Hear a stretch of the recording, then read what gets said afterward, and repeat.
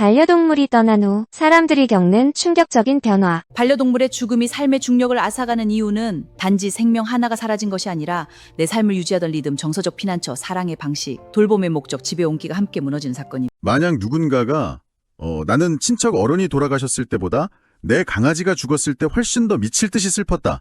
이렇게 고백한다면요. 네, 아마 우리 사회는 그 사람을 꽤나 매정하다거나 아니면 좀 이상한 사람으로 취급하기가 쉽겠죠. 맞아요. 어떻게 사람 목숨이랑 동물을 비교하냐. 이렇게 말하면서요. 네, 흔히들 그렇게 날선 반응을 보이죠. 하지만 이 신경학과 심리학의 관점에서 보면요. 그 사람의 뇌는 실제로 훨씬 더 근원적이고 거대한 삶의 기반이 무너져 내리는 경험을 하고 있는 중이라고 합니다. 굉장히 충격적이면서도 또 과학적인 사실이죠. 자, 이 내용을 하나씩 파헤쳐보죠.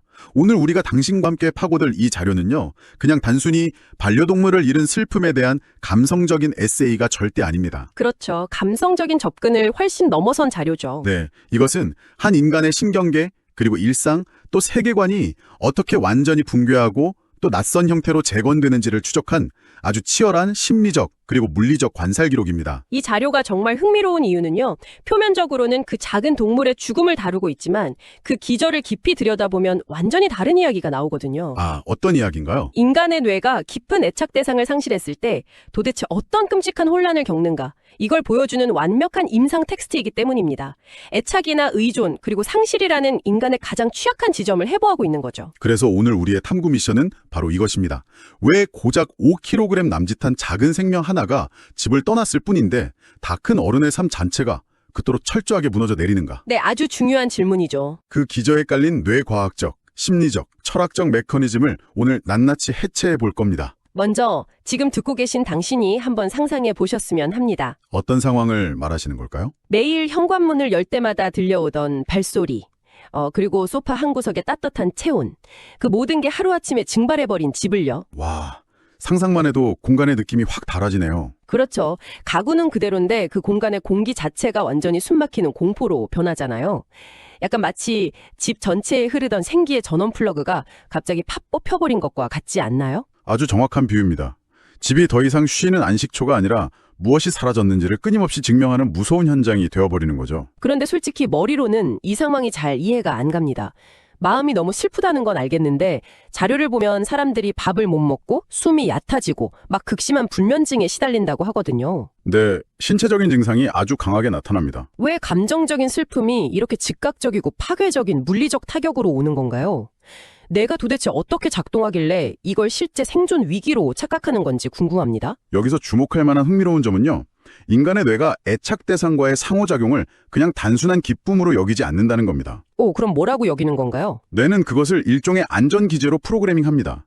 매일 반려동물을 쓰다듬고 체온을 나눌 때 우리 뇌에서는 옥시토신이나 세로토닌 같은 안정 호르몬이 계속 지속적으로 분비되거든요. 아, 그 마음을 편안하게 해주는 호르몬들이요? 맞습니다. 그런데 이 신체적 접촉이 일순간에 확 끊어지면 뇌는 이것을 화학적 금단 증상이나 생존을 위협받는 아주 심각한 쇼크 상태로 인식해버립니다. 쇼크 상태요? 세상에. 네, 그래서 코르티졸 같은 스트레스 호르몬이 폭발하면서 자율신경계가 말 그대로 비상사태를 선포하는 거죠. 불면증이나 호흡곤란은 이 비상사태의 직접적인 결과입니다. 아, 그래서 사람들이 자기도 모르게 텅 빈 허공을 막 쓰다듬거나 반려동물이 덮던 담요에 코를 박고 냄새를 맡는 행동을 하는 거군요. 그렇죠. 많이들 관찰되는 행동입니다. 저는 솔직히 그게 그저 미련을 못 버린 약간 감상적인 행동이라고만 생각했거든요. 그렇게 보일 수 있지만 사실 그것은 환경에 대한 일종의 환상지통, 그러니까 팬텀 림 신드롬이라고 볼 수 있습니다. 환상지통이요? 그 팔다리가 절단된 환자들이 겪는다는 그거요? 네, 맞습니다. 환자가 여전히 잘려나간 부위에서 통증을 느끼는 것처럼 보호자의 뇌 속 신경회로는 여전히 그 아이에게 밥을 주고 쓰다듬고 무릎 위에서 무게를 느끼도록 매핑되어 있는 겁니다. 와, 뇌는 아직 이별을 안 한 거네요. 정확합니다. 대상은 사라졌는데 뇌는 계속해서 빈 공간을 향해 신호를 보내고 있는 거죠. 머리로는 죽음을 알지만 근육과 신경계는 아직 애도를 시작조차 못한 상태인 겁니다. 진짜 공간이 물리적으로 우리를 튕겨내는 느낌이 들겠네요. 그런데 이 공간의 붕괴는 곧이어 시간의 붕괴로 이어집니다. 네, 공간과 몸이 비어버린 후에는 아주 자연스러운 수순이죠. 사람들은 반려동물이 떠난 후 자신의 하루 자체가 통째로 사라졌다는 사실을 깨닫잖아요. 하지만 이 부분에서 저는 약간의 의문이 들었습니다. 어떤 의문인가요? 아침 일찍 일어나서 밥 챙겨주고 막 비바람이 부는 날 억지로 산책 나가고 매일 배변 패드 치우는 일들, 솔직히 좀 귀찮고 피곤한 노동이잖아요. 그렇죠. 꽤 고된 일과죠. 그럼 그렇다면 이 고된 노동이 사라졌으면 오히려 아유 편하다 이렇게 편안함을 느껴야 하는 것 아닌가요? 왜 그 귀찮았던 일들이 사라진 자리에 지독한 허무가 들어서는 걸까요? 그 노동은요, 단순한 가사노동이 아니기 때문입니다. 그 일과들은 보호자의 삶을 지탱하던 정체성의 뼈대였거든요. 정체성의 뼈대요? 그냥 돌봄이 아니었군요. 네, 심리학에서 인간이 살아가는데 가장 중요한 동력 중 하나로 꼽는 것이 바로 내가 누군가에게 반드시 필요한 존재라는 감각입니다. 아, 누군가 나를 전적으로 필요로 한다는 그 느낌이요? 맞습니다. 보호자는 그 작은 생명에게 단순한 주인이 아니라 세상 그 자체자 우주였잖아요. 아침에 눈을 뜨고 움직여야 할 가장 강력하고 절대적인 명분이 사라진 겁니다. 일과가 사라져서 자유로워진 게 아니라 나를 필요로 하던 존재가 사라진 거네요. 그렇죠.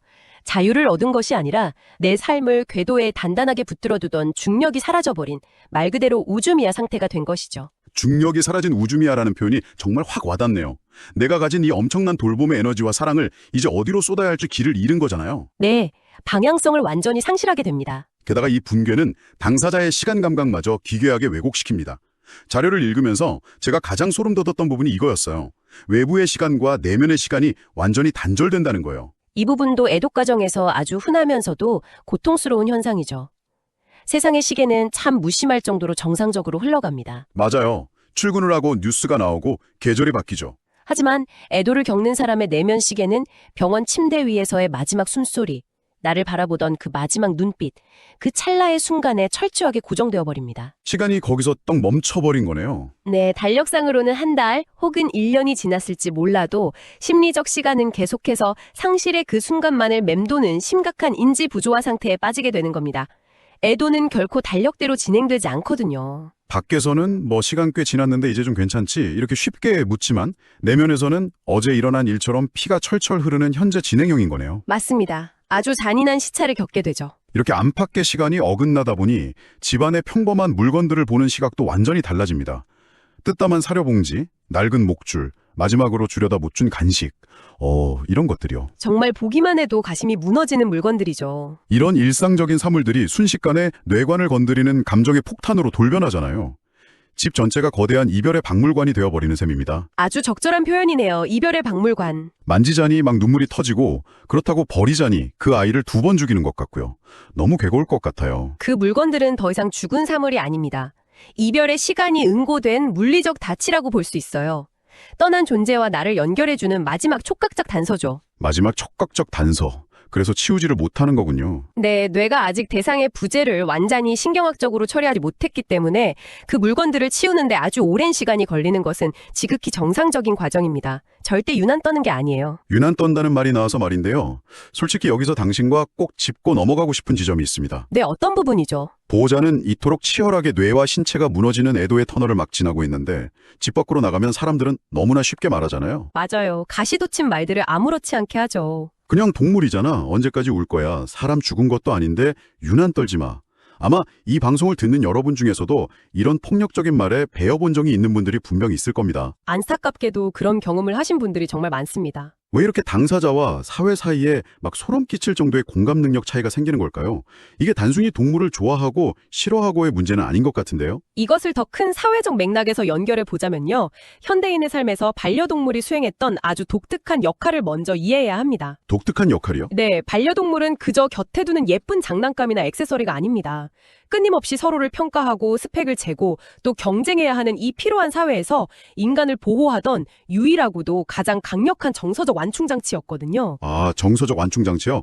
그러니까 내가 밖에서 상사에게 막 깨지고 돌아와도 내 통장 잔고가 얼마인지 내가 지금 얼마나 엉망진창인 상태인지 전혀 따지지 않고 꼬리를 흔들어주니까요. 맞습니다. 아무런 조건 없이 사람을 판단하지 않고 완벽하게 수용해주던 존재였던 거죠. 진짜 그런 존재는 사람 중에도 잘 없잖아요. 그렇죠. 심리학적으로 말하자면 철저한 무조건적 긍정적 존중을 제공하는 존재입니다. 인간관계에서는 가족 사이에서도 이런 무조건적인 수용을 기대하기가 참 힘듭니다. 맞아요. 가족도 조건이 붙을 때가 많으니까요. 그런데 나를 맹목적으로 지지해주던 그 완충장치가 어느 날 갑자기 사라지는 순간 사회의 그 거칠고 날선 공기가 아무런 필터 없이 피부에 직접 닿게 되는 겁니다. 와, 쉴 곳이 완전히 사라져버리는 거네요. 세상이 유독 더 차갑게 느껴질 수밖에 없겠습니다. 네, 상실감에 더해서 세상에 대한 무방비 상태의 두려움이 덮치기 때문에 타인의 가벼운 말 한마디가 평소보다 훨씬 더 폭력적이고 차갑게 꽂히는 것이죠. 진짜 뼈를 때리는 고통이겠어요. 그리고 이 사건을 계기로 인간관계의 진실이 재편됩니다. 누가 내 슬픔의 무게를 진심으로 존중하는가, 누가 나를 함부로 재단하는가, 아주 투명하게 드러나게 되죠. 타인의 무심함에 상처받는 것도 너무 고통스럽지만요. 여기서부터가 이 자료의 정말 흥미로운 지점입니다. 보호자를 가장 지독하게 괴롭히는 건 남이 아니더라고요. 네, 외부의 시선보다 더 무서운 게 있죠. 타인의 시선이나 슬픔 자체보다도 상실 이후 사람들을 가장 오랫동안 갉아먹는 감정은 따로 있었습니다. 바로 자기 자신을 향한 가혹한 심판, 즉 죄책감입니다. 애도 과정에서 가장 깊고 어두운 늪이 바로 그 죄책감이죠. 그때 수술을 시킨 게 내 욕심이었을까? 내가 그날 조금만 더 빨리 알아챘더라면 살지 않았을까? 이런 끝없는 자책의 루프요. 솔직히 누구보다 그 아이를 살리고 싶었던 건 본인일 텐데 왜 이렇게까지 스스로를 찌르는 건가요? 그것은 반려동물과 인간의 관계가 필연적으로 안고 있는 통역자의 짐 때문입니다. 통역자의 짐이요? 언어가 통하지 않아서 생기는 문제인가요? 네, 반려동물은 인간의 언어를 쓰지 못하잖아요. 어디가 아픈지, 지금 받는 치료가 고통스러운지, 아니면 편안한지 아이들은 말로 설명해주지 않습니다. 그렇죠. 그냥 끙끙 앓거나 숨기려고만 하죠. 결국 보호자는 그 미세한 숨소리, 눈빛, 밥을 먹는 속도 같은 불완전한 파편들을 모아서 생사가 걸린 결정을 내려야 하는 통역자가 되어야만 합니다. 늘 불완전한 판단을 내릴 수밖에 없는 숙명인 거죠. 와, 100% 확실한 정보가 없는 상태에서 무조건 내가 결정을 내리고 그 무거운 결과까지 몽땅 책임져야 한다는 그 중압감이군요. 맞습니다. 인간은 신이 아닌데 그 작고 연약한 생명 앞에서는 신처럼 완벽한 결정을 내리기를 스스로에게 가혹하게 강요하게 됩니다. 게다가 그 결정의 끝이 죽음이었으니까요. 네, 모든 선택의 최종 결과가 결국 돌이킬 수 없는 죽음이었기 때문에 과거의 모든 선택을 뒤집으며 내가 틀렸다, 그게 오답이었다 라고 스스로를 몰아세우는 사후 확증 편향에 빠지는 겁니다. 사실 그들은 그 순간에 할 수 있는 최선을 다했을 텐데요. 물론이죠. 이건 자신이 통제할 수 없었던 죽음이라는 자연의 섭리마저 내가 통제할 수 있었다고 착각하는 아주 슬픈 방어 기제입니다.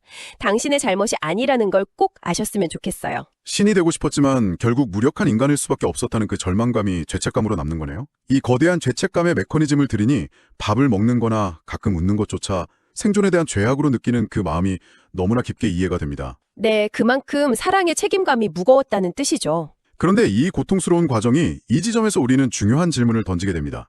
이 슬픔이 단순히 한 사람을 망가뜨리고 자학하는 것으로 끝나는 건 아니라는 게 이 탐구의 핵심 아닙니까? 맞습니다. 이 지점이 바로 애도가 철학적 차원으로 도약하는 세계관이 변화하는 순간입니다. 세계관의 변화요? 어떻게 변하게 되는 건가요? 하나의 생명이 태어나고 늙고 병들고 마지막 숨을 거두는 그 압축된 전체 생애 주기, 그러니까 라이프 사이클을 가장 가까이서 온전히 책임지며 지켜본 경험은요, 인간에게 생명의 유한성을 아주 뼈저리게 깨닫게 합니다. 그저 강아지나 고양이를 잃은 게 아니라 생명이라는 것 자체가 얼마나 쉽게 부서지고 유한한지 그 진실을 정면으로 목격해버린 거군요. 네. 죽음이라는 추상적인 개념이 내 품 안에서 구체적인 현실이 되는 경험이죠. 이 과정을 겪고 나면 사람의 감정이 믿을 수 없을 정도로 예민해집니다. 감정이 예민해진다는 건 세상을 보는 해상도가 높아진다는 뜻일까요? 정확합니다. 예전에는 그냥 풍경처럼 무심코 지나쳤던 길거리에 버려진 동물들, 타인의 아픔, 심지어 늙고 약해져가는 부모님의 뒷모습까지 완전히 새로운 무게로 다가옵니다. 내가 그 유한함의 고통을 알아봤기 때문에 남의 아픔도 보이게 되는 거군요. 맞아요. 타인의 아픔이나 연약한 존재를 향해 아주 깊고 거대한 연민의 문이 열리게 되는 통찰을 얻게 되는 겁니다. 정말 놀랍네요. 많은 사람들이 슬픔에 빠진 사람에게 시간 지나면 다 약이다, 곧 예전처럼 돌아갈 거다 이렇게 위로하잖아요. 네, 흔히들 그렇게 위로를 건네죠. 그런데 이 자료의 논리대로라면 이렇게 세계관까지 변해버린 사람은 결코 상실 이전의 자신으로 돌아갈 수 없다는 결론에 다다릅니다.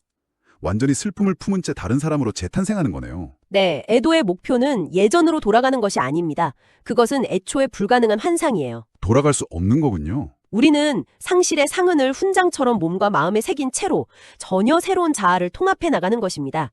사랑한 만큼 아프다는 명제가 여기서 다시 확인되는 거죠. 그 극심했던 고통과 죄책감이 역설적으로 그 사랑이 얼마나 진짜였는지를 증명해 주는 거네요. 맞습니다. 애도는 사랑이 끝났다는 증거가 아닙니다. 대상은 떠났지만 내 안에 갈 곳 잃은 사랑이 여전히 거대하게 남아있다는 아주 생물학적이고 심리적인 증거입니다. 슬픔의 물리적 크기가 곧 사랑의 크기 그 자체였군요. 반려동물은 떠났지만 보호자가 더 다정하고 타인의 아픔에 깊이 공감하는 사람으로 변했다면 그 생명은 여전히 보호자 안에서 살아 움직이고 있는 것이라고 볼 수 있겠어요. 아주 훌륭한 정리입니다. 그 생명의 유산이 보호자의 삶 속에 녹아들어 새로운 다정함으로 계속 살아 숨쉬는 것이죠. 네, 오늘 다룬 이 묵직한 자료를 돌아보며 제 머릿속을 맴돌던 낡은 질문 하나가 완전히 폐기되었습니다. 타인들이 던지는 왜 고작 반려동물 하나 때문에 그렇게까지 무너지느냐, 이 질문은 애초에 틀렸습니다. 네, 번지수거 완전히 잘못된 질문이죠. 우리가 던져야 할 올바른 질문은 이것임을 다시 한번 청취자 여러분께 각인시켜드리고 싶네요. 그 작은 생명이 당신의 삶을 도대체 얼마나 깊이 붙들고 있었는가, 바로 이겁니다. 그 깊이만큼 세상이 흔들렸을 테니까요. 단지 반려동물을 잃은 분들뿐만 아니라 무언가를 아무런 조건 없이 열렬히 돌보고 사랑해본 모든 청취자분들께 이 탐구가 삶의 구조를 이해하는 거울이 되었기를 바랍니다. 네, 사랑과 상실의 본질을 되돌아보는 의미 있는 시간이 되었으면 좋겠습니다. 자, 이제 자료가 우리에게 남긴 마지막 숙제를 생각해 봅시다. 그 작은 생명의 죽음이 우리를 타인의 슬픔을 알아보고 생명을 존중하는 더 깊고 부드러운 인간으로 만들었다면 당신은 내일 아침 눈을 떴을 때 그 새로워진 다정함을 지금 내 곁에 있는 사람들과 세상에 어떻게 쓰시겠습니까? 정말 깊은 여운을 남기는 질문이네요. 미루면 영영 사라지는 것이 생명이고 사랑이라면 당신의 그 다음 사랑은 지금 어디로 향해야 할까요? 만약 누군가가 나는 진짜